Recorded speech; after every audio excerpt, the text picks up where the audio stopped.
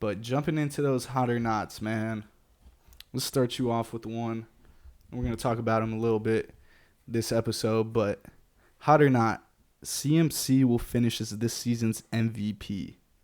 So far through the first 4 games this year, it's not a hot take. I mean, now, will he end up winning it? Probably not. We always talk about how it's a quarterback award. Everyone wants to give it to the quarterbacks, but if you look at the landscape so far this year, there's been some good quarterback play. A lot of quarterbacks have been putting up big numbers, but it hasn't really been that one quarterback to separate himself from the pack so far. But when you look at Christian McCaffrey, what he's able to do in that scheme with that offense, he's definitely separated himself. You know, Nick Chubb going down with injury, a lot of running backs banged up, some not playing as well.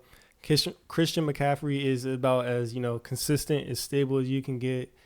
I mean, yeah, like you said, we'll talk about him when we talk about most valuable non-quarterbacks. But right now, I don't think it's crazy. I think he'd be the first one to do it since Adrian Peterson in, 2012, coming off that ACL tear. So it's been about 10, 11 years since it's been done. So it'd be a really, really cool feat if he could do it. Definitely be different with the way the league's in the trajectory. Everyone's throwing the ball now, and you see McCaffrey in this San Francisco offense just kind of playing old school, running the ball, not being too fancy, and CMC dominating not as a running back but as a receiver as well. So it's not a hot take right now. Through the first 4 weeks, I would probably say he is the MVP.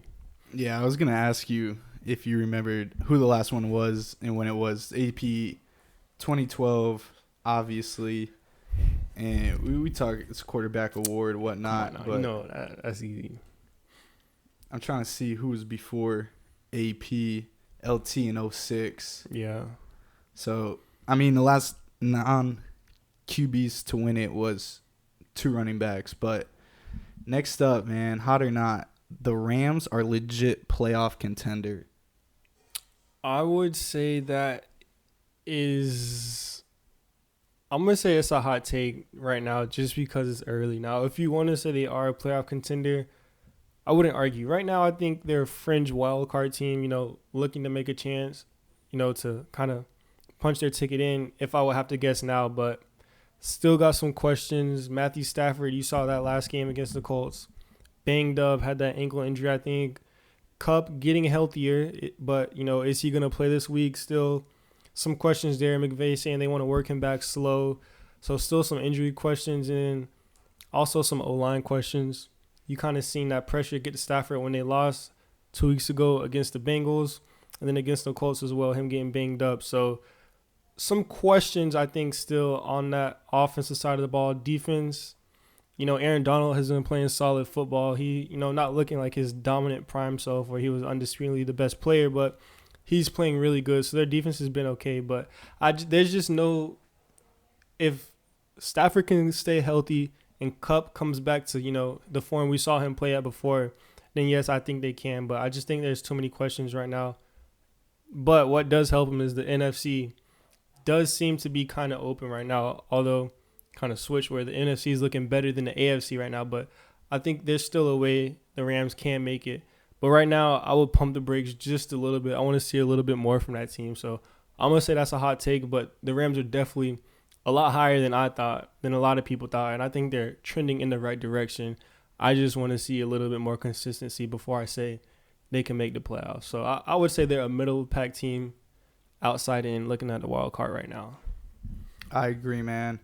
Last one up, man. Hot or not, Joe Burrow's doing more bad than good playing hurt.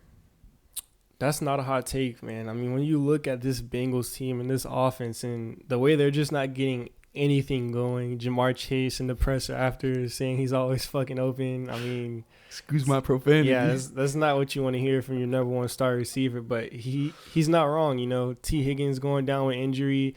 That offensive line, which has always been an issue, just continues to be the bane of Joe Burrow's existence, man. And defensively, they're solid, but that defense is just on the field so much. There's only so much they can do. Joe Mixon looking like he's taking a step back, not as, dominant as he was before. He's serviceable, but he's not adding, any help to Joe Burrow. And like you mentioned, that injury, he's not able to – because Burrow, he wasn't an athletic quarterback, but he was still able to move around a little bit, be elusive in the pocket, go scamper, scramble, get you a first down here and there. But now he's like a statue back there in that pocket, and you can clearly tell it's affecting his game. He's not pushing the ball down the field as much, not able to avoid those sacks in the pocket and move around. So definitely hindering him. I forgot who they play this week. We'll talk about it, but Titans. Titans, They played the Titans last week. Yeah, they just played the Titans. They're playing and the lost. Cardinals this they're week. playing the Cardinals. So that's a team they should. I don't know if they'll win. On paper, they should. Cardinals are playing frisky. We'll talk about them, but it's a pivotal game, bro. I mean, if you go into this game and lose on the road, you're 1-4.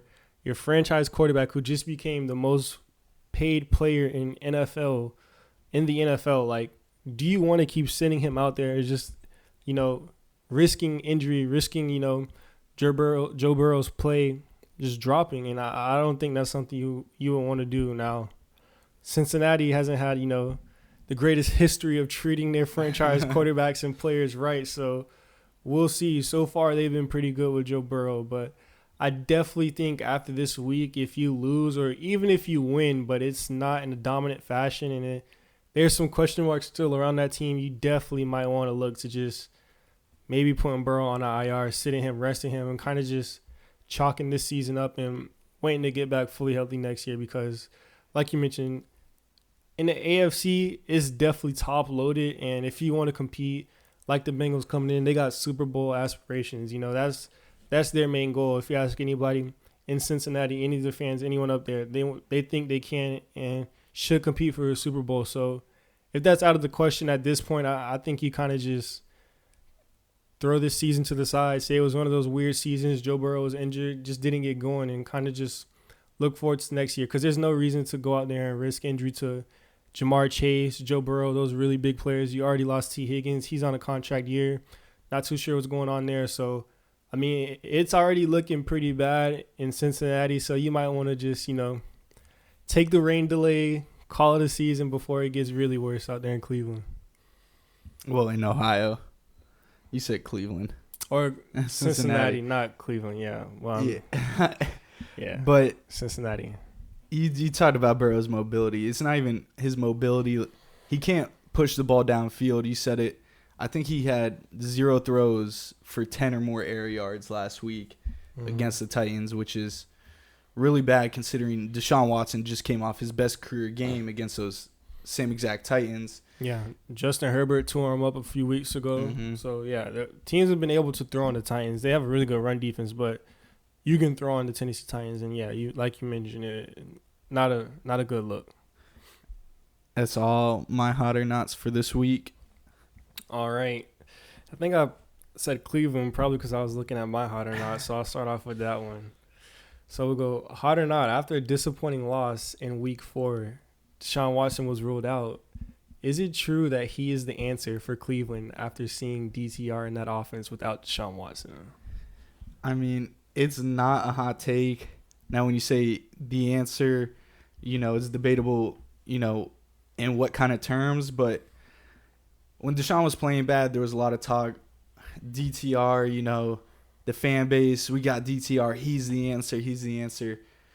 Deshaun Watson comes in this week questionable. Didn't really practice at all. He was throwing on the side a little. It was about it. So DTR came in with this. And also, a lot of it is on coaching. I blame Kevin Stefanski for the way the Browns played because he came in with 0 game plan for a rookie quarterback that's never thrown a pass in the NFL. And he didn't get him going. He had his first 2 throws, looked like he had a little bit of a groove. Penalties pushed it back. And then after that first drive, they really couldn't get anything going. Whenever they had a big play, first down, I think they're getting a little momentum. It stopped. Penalties. Once again, Kevin Stefanski coached team, not well disciplined. Jedrick Wills, the worst left tackle in NFL, does not help DTR at all. But Deshaun Watson, man, I know he's made some bad plays, but especially that one where he threw the backwards lateral that was like a pass to Elijah Moore. I mean, that's kind of like a feel thing. You get into game reps, you start feeling the game once again. And, I mean, we saw it against the Titans, him being able to connect on that deep ball with Amari Cooper. Probably should have had 2 touchdowns when they ruled that he stepped out of bounds the first time around and then hit him for the deep ball, which was Deshaun Watson's greatest air yard pass as a Cleveland Brown, and he delivered the ball in there. It looks like he's getting his timing down a little, but the play calling is definitely not helping. So, yeah, you're going to need a very talented player in this system right now with Kevin Stefanski. Is just, I don't know, man. I know the Browns are 2-2, but it's almost like I want him out of there. But regardless, Deshaun Watson, man, you could see the difference out there not being able to put up a touchdown. Run game couldn't get going, nor did Stefanski try to help it at all. And he loves putting Elijah Moore on those end arounds, man. He just got to stop doing that. It's bad, bro. It's bad. All right. Next one is hot or not. The Patriots have to move on from Mac Jones. It's not a hot take, but I'm going to say they need to move on from Bill Belichick at this point. I mean, Bill Belichick, you can say what you want. Definitely a winning coach, Hall of Fame coach. We get all that. But Bill, year in and year out, even when Brady was his quarterback, buys into not having a wide receiver, buys into no weapons, values those tight ends more than he does the true skill position on the offense. And it goes out and gets defense. The defense is certainly not looking great this year. Mac Jones has no help whatsoever. And, I mean, they just kind of look like nothing without Tom Brady. They made it to the playoffs that 1 year. Defense was a very good defense, and that's probably why they were able to make the playoffs. Mac Jones just game managed. Now they're asking Mac Jones to lead us to victories. Mac Jones really isn't that guy, and I don't think the offense built around him helps at all. So if you want Mac Jones out, I'm not mad at it, but I also think it's time for Bill to kind of hang him up in New England, and maybe his ways of coaching is almost over because it's tough, man.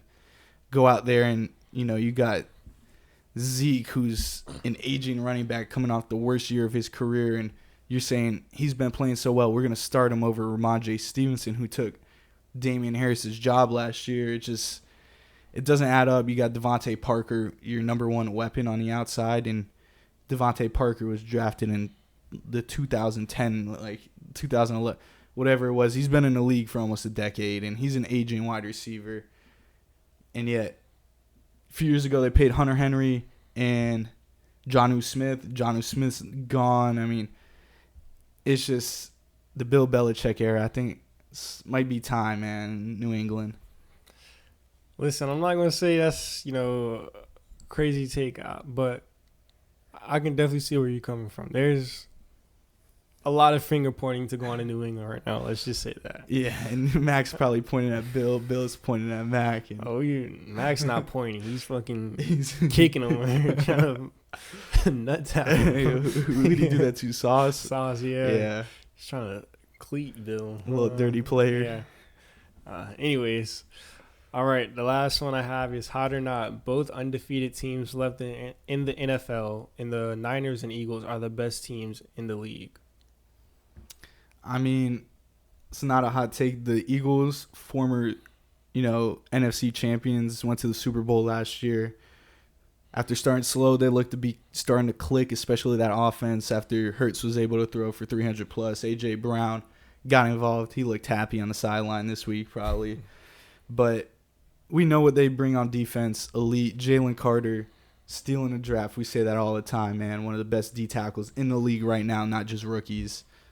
But, I mean, you look at the Niners preseason. I had the Niners 2, and I had the Eagles 3 coming into the preseason award or predictions, man. And, I mean, it kind of stacks up like that right now. The Niners, they're the number one team in the NFL right now. Every phase of football is just A+. If you gave them a grade, it's A+ all around. Head to toe, coaching down to the players. They got the best skill positions. They're all elite talents, and not even just skill positions. Every position, they got guys that can play at high levels. And same for the Eagles. I mean, Jalen Hurts, another year under his belt. Can he avoid that second, not second year, but second year as a starter. Yeah, it's kind of like a sophomore slump. If he avoids that, I mean, The Eagles are also another team to be in the NFC and might be going head-to-head with the Niners in the NFC Championship this game. And once again, but possibly with a healthy, living quarterback for the 49ers. Regardless, they're the two best teams in the NFC. Chiefs haven't, been the greatest, and the Dolphins, they got some things to work on in the back end. So I would say that they probably are the best two teams right now currently. All right, those are my 3 hot or nots.